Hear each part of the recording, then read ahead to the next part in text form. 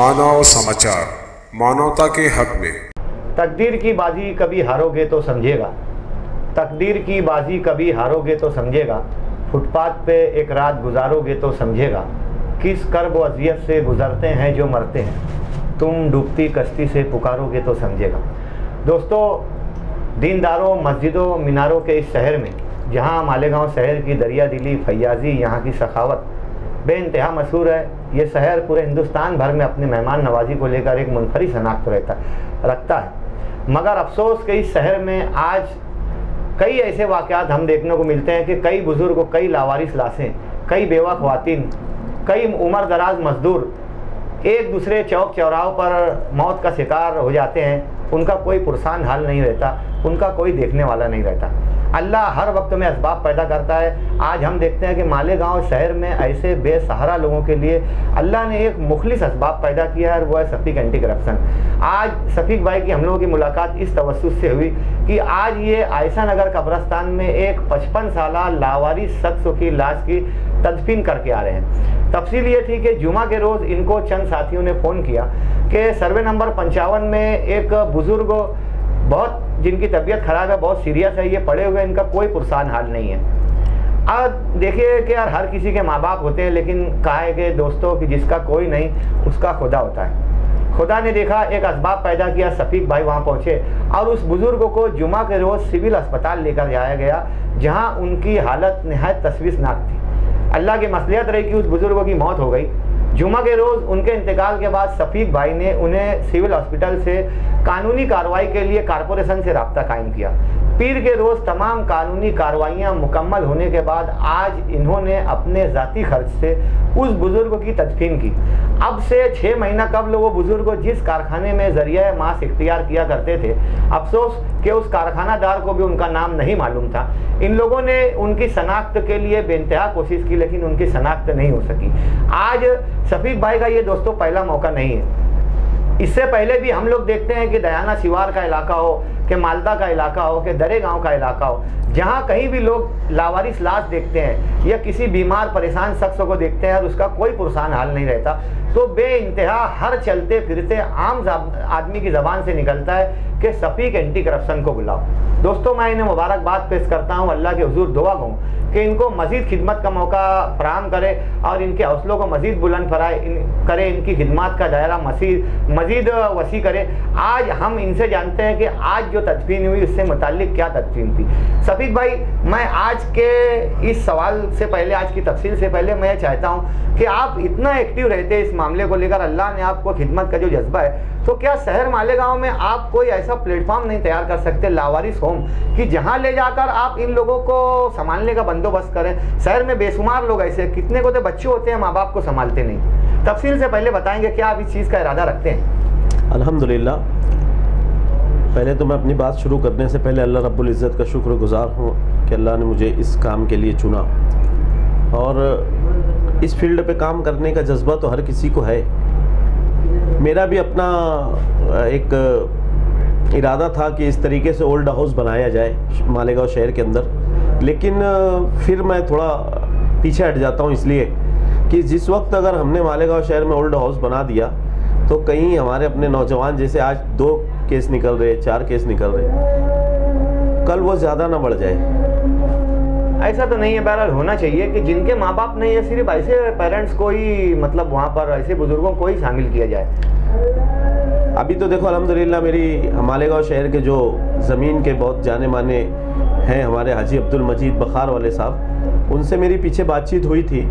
उन्होंने कहा था कि मैं तुम्हारे को ज़मीन वगैरह देता हूँ, सरपरस्ती, हमने उनको कहा कि आप सरपरस्ती आप ही करो, उसके अंदर जो कमेटी है, कमेटी के ज़िम्मेदार भी आप ही रहो, हम लोगों को सिर्फ वहाँ पर खिदमत करने का मौका दो, आप ज़मीन दो और उसके ऊपर कुछ हम लोग मालेगांव शहर वालों से कुछ हम लोग मिलाकर पैसा उसके अंदर, और उसको एक तामीर करते हैं वहाँ पे, जो ओल्ड हाउस के तरीके से रहता है, वहाँ पर पेड़ वगैरह रहेंगे, उन लोगों को अंदर गार्डन वगैरह रहेगा, इस तरीके से ज़्यादा बोर भी ना हो, उनको अंदर घबराहट भी ना हो, जेल जैसा भी ना लगे कि यार हम लोगों को कहाँ पर लाकर छोड़ दिया गया है। तो इस ताल्लुक़ से मेरी हाजी अब्दुल मजीद साहब से बात हुई तो उन्होंने कहा कि ठीक है, आप आकर मुलाकात करो इंशाल्लाह। उन्होंने 2-3 ज़मीन भी हम लोगों को बताई है, तो कोशिश इसके ऊपर चालू है इंशाल्लाह। जल्दी से जल्दी इसके ऊपर हम लोग काम करके और मालेगांव शहर में इस तरीके से इसको अंजाम देंगे।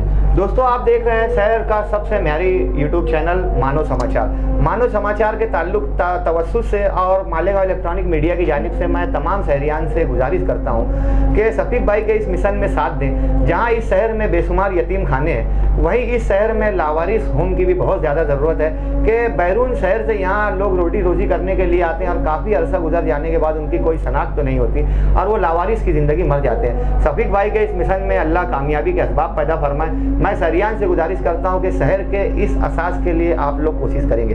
दोस्तों, आइए जानते हैं मानव समाचार पर आज इस बुजुर्ग से मुताल्लिक जिसकी तदफीन शफीक भाई ने अभी थोड़ी देर कबल की है। शफीक भाई बताएंगे कि ये मामला क्या था। जुमा के रोज़ तकरीबन 1 बजे के करीब में मुझे फ़ोन आया। कुछ सर्वे नंबर 55 से कुछ बच्चों ने मुझे फ़ोन किया।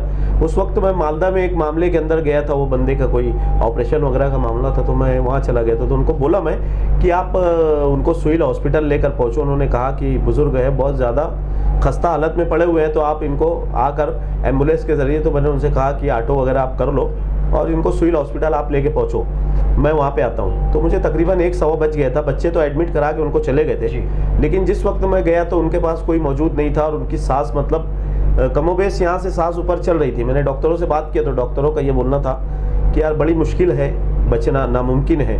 तो मैंने वहाँ पर मेरा नंबर वगैरह दिया और कहा कि इनका कोई भी मामला अगर होता है तो इनको आप धुलिया रेफ़र मत करना, क्योंकि ज़्यादातर ऐसा मामला होता है कि जो पेशेंट ज़्यादा सीरियस हो जाता है तो उसको यहाँ के डॉक्टर्स धुलिया रेफ़र कर देते हैं। तो मैंने उनसे कहा कि आप इनको धुलिया रेफ़र मत करना, यहाँ रहने देना। तो अल्लाह का करना ऐसा कि उनकी तकरीबन रात ही में इंतकाल हो गया उनका। फिर उसके बाद वहाँ पर जो पुलिस वाले रहते हैं तो उन्होंने सिटी पुलिस स्टेशन में इन्फॉर्म किया और वहाँ पे PSI पाटिल साहब करके है, तो उन्होंने बाकायदा उन पेपर वगैरह तैयार किया उनका अननोन का, और तफ्तीश उन्हीं के ताबे में अभी वही कर रहे हैं उसकी तफ्तीश। और उसके बाद फिर मैंने उनसे कांटेक्ट हुआ मेरा उनसे, और फिर मैंने कल कॉरपोरेशन वालों को बोला कि तुम लोग ऐसे ऐसा लेटर है, लेटर ले लो जाके, और उसके बाद इंशाल्लाह 3 दिन मुकम्मल होने के बाद जो कानूनी प्रोसीजर रहता है उसके फ़ौरन बाद हम लोगों ने ले जाकर उनको आयशा नगर कब्रिस्तान में तदफीन किया। इतने इसके अखराजात कहाँ से आप कवर करते हैं?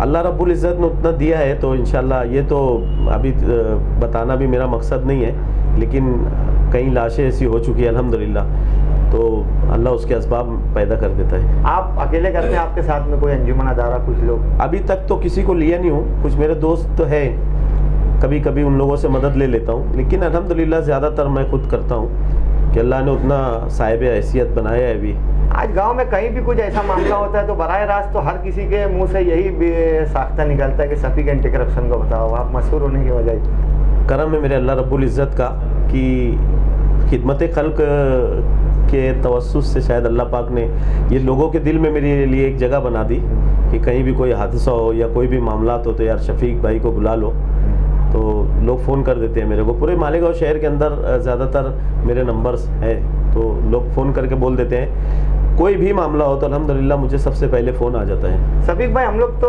रोज़ाना 10 मैयत की खबर, 5 खुदकशी की खबर और 6 हादसा की खबर लगाते हैं। मौत की खबर सुबह उठते से हम लोग सुनते रहते हैं, हम लोगों का तो दिल मर चुका है। लेकिन ऐसे हालात देखने के बाद आप उन नौजवानों से क्या बोलना चाहेंगे कि क्यों ऐसे हालात पैदा होते हैं? मैं नौजवानों से गुजारिश ये करता हूँ कि पहली बात तो अपने माँ बाप का ख्याल रखें, माँ बाप पे ध्यान दें। अभी जैसे कोरोना महामारी चालू है तो इसके अंदर ज़्यादा अभी तो सर्दी का मौसम है, सर्दी के मौसम में अपने बड़ों को ज़्यादातर उन पे सुबह शाम ख्याल रखें कि यार उनको सर्दी ना हो, खांसी ना आए, बुखार ना आए, और अगर होता भी है कोई सिम्टम्स आप लोगों को अगर लगते हैं तो फ़ौरन उसका जल्द से जल्द इलाज करें। अपने माँ बाप के बाद आप अपने महल्लों के अंदर निकल के देखें। हर नौजवानों से मैं गुजारिश करना चाहता हूँ कि वो अपने महल्लों में निकल के देखें कि कौन से घर के अंदर कोई बच्चा अपने बाप पे ध्यान नहीं दे रहा है, कोई बच्चा अपनी माँ पे ध्यान नहीं दे रहा है, तो आप निकल कर देखें कि इस तरीके से किसी घर में कोई परेशान हाल है, कोई बेवा परेशान है, कोई यतीम परेशान है, तो आप लोग उसको देखें। अगर इस तरीके से मामला आप लोगों को लगता है तो बिला झिझक आप हम लोगों से राब्ता कायम करें। इंशाअल्लाह हम लोग पूरी कोशिश करेंगे कि उन लोगों के मामलात को हल करें। अगर दवा खाने के मामलात है तो उसको भी हल करेंगे इंशाअल्लाह, या उनको माली मदद की भी अगर कोई ज़रूरत है तो इंशाअल्लाह वो भी हम हल करेंगे। साहब, आपको तो हम देखते हैं कि आप माशाल्लाह बहुत फाल रहते हैं, बहुत मुताबिक, बहुत एक्टिव रहते हैं, लेकिन मैंने जो गुजारिश की थी लावारिस होम के ताल्लुक से, तो इसके लिए आप फौरी कोशिश करेंगे और इसको जल्द से जल्द आप शुरू करने की कोशिश मैं करेंगे। इंशाल्लाह आज ही हमारे कुछ दोस्तों के साथ मीटिंग करके और उसके ऊपर जल्द से जल्द काम शुरू करने की कोशिश। मुझे यकीन है कि सारा शहर इस नेक काम में आपका साथ देगा। वहीं मीडिया की जानिब से भी हम लोग आपको मुकम्मल यकीन दहानी दिलाते हैं कि इस नेक काम में हम हमेशा आपके साथ रहेंगे। मानव समाचार में बॉस आए, उसके लिए आपका बहुत बहुत थैंक यू। उम्मीद कि आपका हमारी मुलाकात का सिलसिला जारी रहेगा इंशाल्लाह। नीले पीले कई रंगों के अलम आएंगे और आखिर में यही होगा कि हम आएंगे। तुमने इस साल ज़मीनों में धुआं बोया है, अब के साखों पे फल नहीं बम आएंगे। दोस्तों, इंतज़ार कीजिए उस सहाफ़त का जो आवाम चाहती है। आवाम की सहाफ़त के लिए हर कदम, हर पल, गोशे गोशे पे नज़र, चप्पे चप्पे की खबर। मानव समाचार देखते रहिए, अपने दोस्तों में इसे शेयर कीजिए, लाइक कीजिए। और अगर आप महसूस करते हैं कि कहीं समाज में किसी के साथ नाइंसाफ़ी हो रही है, तो हम आपके साथ हैं। उम्मीद कि आप हमें याद रखेंगे। देखते रहिए मानव समाचार।